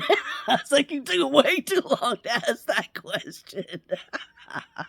It was so great. She was like, oh, all this time. Hilarious. That was a great game. Oh, shit. Oh, I'm impressed with myself. But no, not like that. Stuff that truly is what I believe to be, how do you want to describe it? Glitching of the Matrix.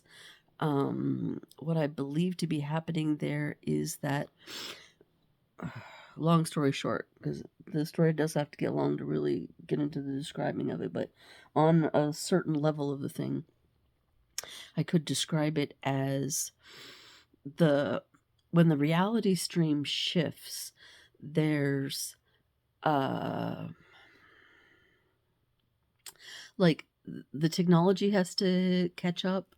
It's like different levels of technology were built in different realities, and some of them they exist and some of they don't. Some had updates and some not, and they're talking to each other just fine on this level, but the other level they can't, but they can get the communication there, but it takes more processor space, or the upgrade hasn't been made or didn't get made in this reality, so then you're having to, the computer can only work without that upgrade in that certain time frame. You got all these different clashes of the minute details of the reality running into each other. And then what happens is, if you begin to study the minute details between these realities, then you start to be able to understand the differences between them. Because if you look at it large, they all look the same. And that's why everybody thinks we all live in the same world. Because if you're not looking at the details, it looks like the same world. But as soon as you start to narrow in on it a little bit and go, well, what about this? Is it like this for you? You're like, yeah. Like a random example. Do you have football on your side of town? Oh, yes, we have football on our side of town. Oh, okay, we have football too. Okay, we understand each other. And it's like, oh, we have football, we have soccer. And it's like, okay, well, they're not exactly the same thing, but we can kind of see how they're related, and, it's cool like that. And then you start to have differences of experiences, like, we're playing chess, and the football players are like, I'm not making that connection there. Y'all look different from me. And then, of course, they beat their asses, which is horrible, but, contrast, and we're learning the hard way, and everybody's got to do something, so in the end, no judgment. But Let's see, where was I going with it? It was a good place, and I will swing around to it.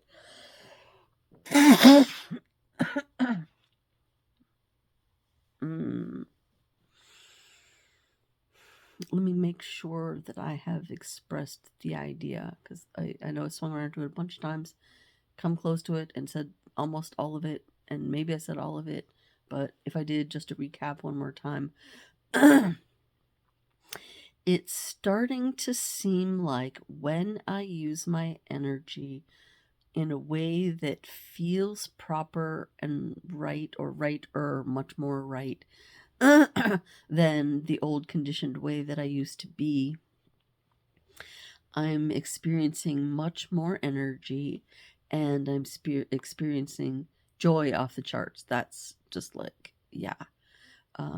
Even suffering is okay, but then I am a third line being, so sometimes I learn the hard way. No, not sometimes. Well, sometimes I learn the hard way.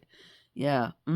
Sometimes it's a toddler school, and sometimes it's, well, I guess literally rocket science. But all these things coming together, it definitely has called for an organizational system, which does swing around to saying that this dream I had, basically what happened was I woke up explaining the organizational system of my mind to these annoying, like, tweens or something. So that they would quit thinking that I was a bitch because their names weren't an important detail to me. And so then I woke up and I was like, oh, I just explained it. Okay, yeah, I get that. That is a great way to organize my brain.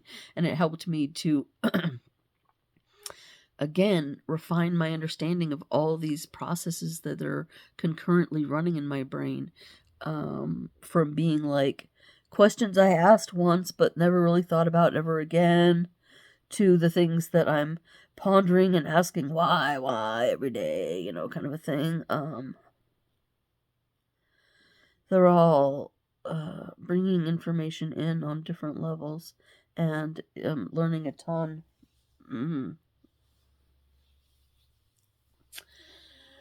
But I can't always do multiple levels at the same time. I mean, I only have one mouth, people, so I can only really, I may be thinking about multiple things at the same time, but I can only really say one. And like I was saying, that is the nature of the challenge of insight. Anybody can have an insight, but can you explain it? Can you explain the insight? Because that's the only way it can get out into the world to change the world. So a lot of what I'm doing is about not just being able to explain it. And I've said this before in my talk with Sandy, that we did on our, what was it, marathon live stream. It was so fun. Everybody's like, oh my God, you stayed up all night. I'm like, but it was a party. It was great.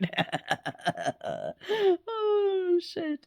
So, yeah, I forgot the piece because we talked about so many things on there. But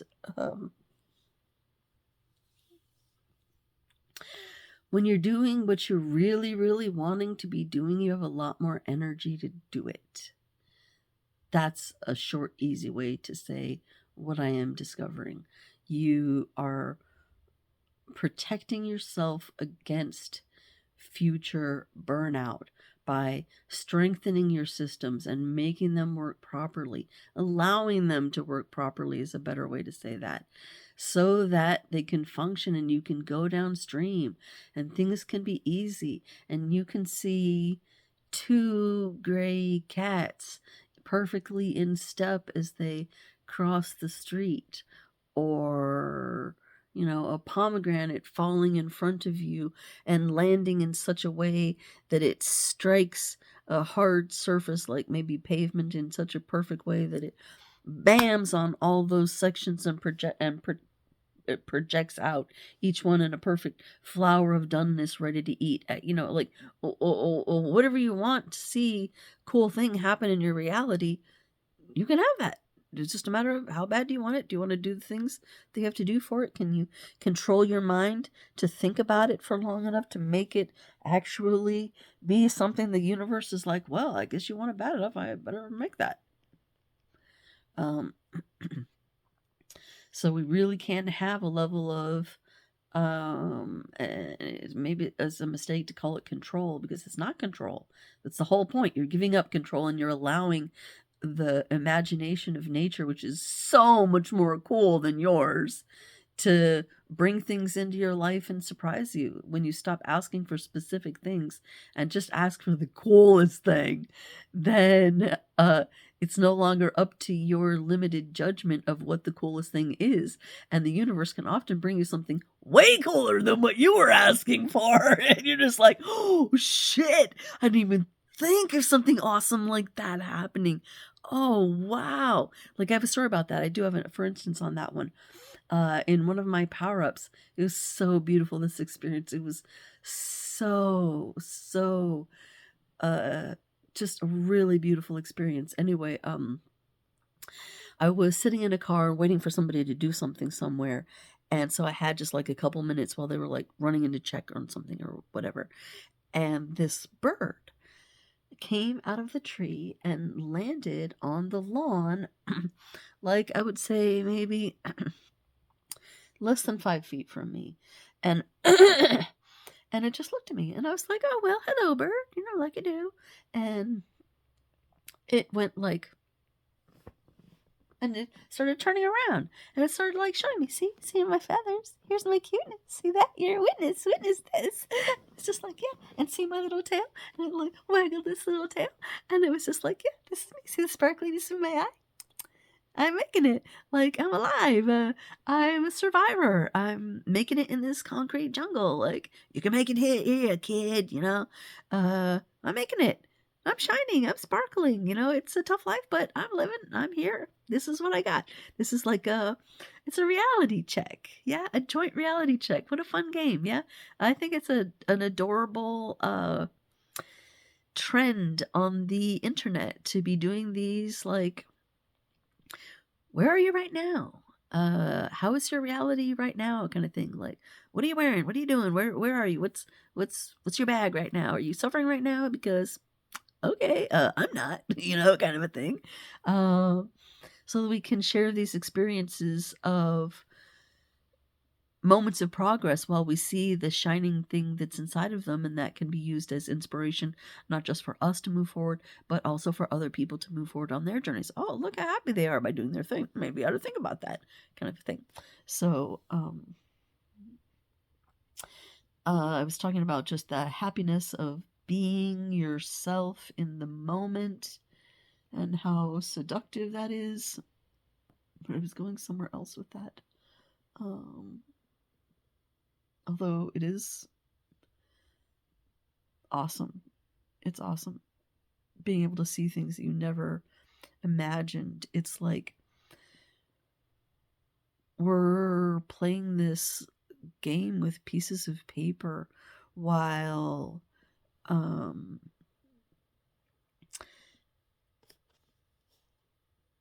the things that are possible are just way more exciting and fun. That looks like a really, I wouldn't say stupid, I wouldn't say mature, I would say inefficient way to exist. It's like the analogy of Terry Pratchett about why it's more expensive to be poor than to be rich. And he puts it in terms of shoes. And if you don't know the analogy, briefly, it's about, well, if you buy a good pair of shoes, you're going to get something that's going to last you, say, 10 years. And but it's going to cost you, 20 shekels. And the poor man says, well, I don't have 20 shekels because I got to eat tonight. So do you have something less than 20 shekels? And the shekels are, okay, that's a funny joke. they're like, okay, well, we'll sell you these silly, shitty shoes for 2 shekels. And they're like, okay, I'll take that. But those ones, for the relative price, or let's say, just for the sake of making the math look pretty, let's say half the price, 10 shekels. But that shoe doesn't last 5 years. It's cheaper made, so it only lasts 2 years. And so that means in 2 years, you have to pay another 5 shekels. Shackles. And by the time you get to the end of the period, the same amount of boot, you paid a bunch more money for it. And so it's like, oh, okay. Oh, when you start to be able to make longer term investments, then you start to be able to take advantage of being able to buy things cheaper. And that is why it is cheaper to be rich than it is to be poor. And also why it's ridiculous for rich people to be so greedy on some level. But then, of course, we need to learn the lessons of greed as well as the lessons of poverty. So those things are needing to be done too. And on some level, we're definitely needing to learn that the answer does not lie in riches. It lies in things that are much more pivotal to our understanding. You can't eat gold. So you got to get your priorities straight at some level. Water and air are much more precious than gold. And diamonds aren't really worth shit at all because there's a gazillion of them and we don't need to dig them out of the earth anymore, people. We have plenty. But anyway, that's another story. And it's not that they're worthless, but they're certainly not rare like we've been led to believe. Anyway, next topic. So a bunch of things coming in, a bunch of insights. I am having so much energy. I would usually be totally crashed by now. I usually take at least 1, maybe 2 naps a day, and I haven't had any, but I'm feeling really, really great now, but I am starting to feel tired, so it's time. I could talk forever. I probably haven't been talking forever, but it's okay. It can be broken into pieces, or it can go nowhere at all. Whatever. It's my record of what I learned, and I can look back on it and hear who and where I was in this moment and compare it to the person in any of the times forward that knows just a little bit more and has perhaps had a little bit more fun playing a few more games, because that is what it's about. It's so hilarious. It's a game. We're supposed to have fun. Let's be jolly. Yeah, nice way to end. I am the Jolly Alchemist, and I am definitely ready to go to bed after my first day of the fair, but oh, it was so much fun. And this is actually my first MeWe Fair in which I am playing both days, so I'm not actually trying to give readings, and it's way more fun. So it's cool, and I just basically make it like, hey, if y'all can catch me, I'll give you a reading. But nobody seems to want to catch me, so I'm like, cool, then I'll do me. My game. Oh yeah, that's what I was explaining, that people don't get that it's a game. They're all offended, like, oh. I'm just like, okay, well, then it's not a game to you, but it's a game to me. It's very funny. Oh, yes. And there are people who can appreciate the joke, I'm sure, but it's a matter of finding those people who've had the experiences to lead them to be able to have a little bit broader perspective on duality and moving past it into the wholeness of owning the whole street, but not in a wild zigzagging between the guardrails kind of a way, but more like just, yeah. Oh, I know what it's like. It's like when you learn to ride a bike and you're out on a warm summer's evening and you're on your way home and you've driven with your bicycle up to 82nd instead of down from 82nd. So now you get to just roll the whole way home. That's so nice. I love riding my bicycle that direction. So anyway, and everything's just so awesome, and there's not really any traffic out, and you got this whole street, and sometimes you go, "Ah, ah, ah," and you kinda see how far you can get and how big swoops you are, and you're carrying your wireless speaker, so your sounds are, playing the world a song while you're on your bicycle, and everything is beautiful. I love these moments, joyous vitality, it's like times 10, it's awesome. Um, but the swirl, so you're swirling between the highway and just having fun or whatever you want, a little bit of jaggle or a lot of jaggle, as long as you don't lose control and crash into one of the sides when you're like, "Ah, okay, I had it for a while though." And the more you try, the better it gets until it's just like you're slooshing through and you're walking around times and reality streams where people are really contentious and finding that, yeah, things are hard. Yeah, you know what? Things are always hard. So that doesn't mean anything. Once you get over that being a thing of like, oh, it's way worse than it was before. So what? It's still a slightly different shade of brown. So what? I don't need to look at that. I want to look at colors instead. Um, then you start to see them. You get to start to see what you are wanting to look for. So if you're looking for positive things, you're seeing positive things. And you know negative things exist, and that's fine. And you love that for them if that's what they want. But when they're ready to come over to the positive side, you're ready to welcome them and say, "Yeah, it's way better over here, huh?" But that's okay. You just took a little longer to figure it out, but you learned some important things along the way that now you can share with us too. So it's all good. There's no such thing as a bad learner as long as we're not being stagnant. So if you're fucking up, you're learning. It's good. You're uh, probably doing it harder than you need to do. We have figured out a lot of these answers, so it's not like struggle is a truly necessary thing anymore, which is like just in time because we're going into an age of where the struggles are going to be over in on some respect. There, it's a new age, but as soon as we get out of the wildness of the transition, it's a much better age. We're going to like that much better. It's going to feel way better, and it's going to be much more relaxed and much more just about do you, boo. Whatever you want to do that, you know? And we find the groovy edges of where our desires come together and, consent. And we play all the games that are possible within that huge realm of consent and have a good time. We don't need to struggle anymore. Somehow the systems will be there or the support will be there to support us. And of course, I can speak from experience because I myself have not all the knowledge by any means, but enough knowledge that I feel comfortable that I could feed myself if there were no groceries.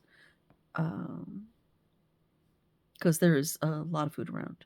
The only time you're, kind of struggling a little bit would be the winter time, but that's what some planning is for in uh, putting some things away in the summertime. But you don't even have to put things away in the summertime. You can exist through the winter, but your diet is going to be more restricted, so it's going to be less exciting. So that's why canning starts with doing fun things like jams and relish and ketchup and sauces, because then you can make the same boring foods uh, taste better. Like any salad, is you cover up a lot of mistakes with salad dressing. That's just the way that is. So you can put together a salad of a bunch of things that are more bitter than you would usually eat, but if you have a lovely little dressing, it goes right down, and it's way more healthy than anything you would buy in the store anyway. You just have the work of gathering it, which sometimes is not work at all, because after all, what are we doing in the Garden of Eden but going around and gathering food and putting it in our mouths and being supported? Now, I'm not saying that we're moving into the Garden of Eden time, but I am saying that I'm saying that the energy seems to be supporting the future, holding some kind of abundance for humanity and the world. So, when we talk about abundance, this kind of abundance in our charts is emotional abundance. So, really a good opportunity to examine all the feelings and like, okay, we've gotten like basic survival kind of figured out. Universal basic income is an idea and it totally will work, and that's all we have to do. So we have to stop being greedy fuckers. Sorry, and give everybody enough to get by, and then you fuckers can go and accumulate, all the toys you want. Okay, ones and zeros is what it turns out to be. Have fun. Mwah. Die in your bed of a digital number. Uh, but once we figure that out a little more collectively, then we can start to play the classic 6 game, which is okay. We figured that out part. Okay, that was good. That was fine. That was good. Had enough. Now what? Let's look into the next yard. Let's look into the next age. Let's see what kinds of things are on the horizon. Let's do things. So I'm basically predicting a flowering of humanity. We are going to see humanity flowering, and Ra did say that this is the last flowering of humanity, but not in a judgmental way. It's just like the Cro-Magnons being succeeded by a more advanced machine, a more advanced meat, a more advanced critter. It has more capabilities. You level up a little bit. And it's like when you're playing that evolution game. You'll do an evolution or two, or I don't remember the details on the numbers, but you sometimes you evolve and it doesn't really look like you changed. But then when you look back over, oh well, 3 or 4 evolutions ago, how was it? And I was like, oh okay, I've definitely changed from 3 or 4 evolutions ago. Shit, I'm a different creature. That was a monkey. Okay, ooh. Um, but in this thing, it's it's, of course, it's evolution. It's more gradual, but of course evolution does also happen very, very quickly at times, and that's something that maybe is not fully understood or whatever. So where was I going? This evolution talk. I don't know. I'll come back around to it. There's so many subjects going on concurrently. Like I said, when I get together with somebody else, it's sometimes more fun because then we're going back and forth on the ideas and giving different perspectives, and it's so much fun. And I can totally imagine people I want to have on the show and talk about things from their perspective and hear what's going on with their energy. That is going to be a fun job. I have a sacral yes on that party. Yes, yes, I will go to that party. I will stay up all night. That was fun. When I was into it, I was like, oh, I don't know if my mind is into this or if it's my body that's into this, but let's try it. And that worked out so great. That was so lovely. All right, I do have to go to bed though. I could probably talk all night. I'm so enjoying it. But later, my darlings, take care of you. I am the Jolly Alchemist, sitting here bullshitting about everything and nothing. Until next time, ciao.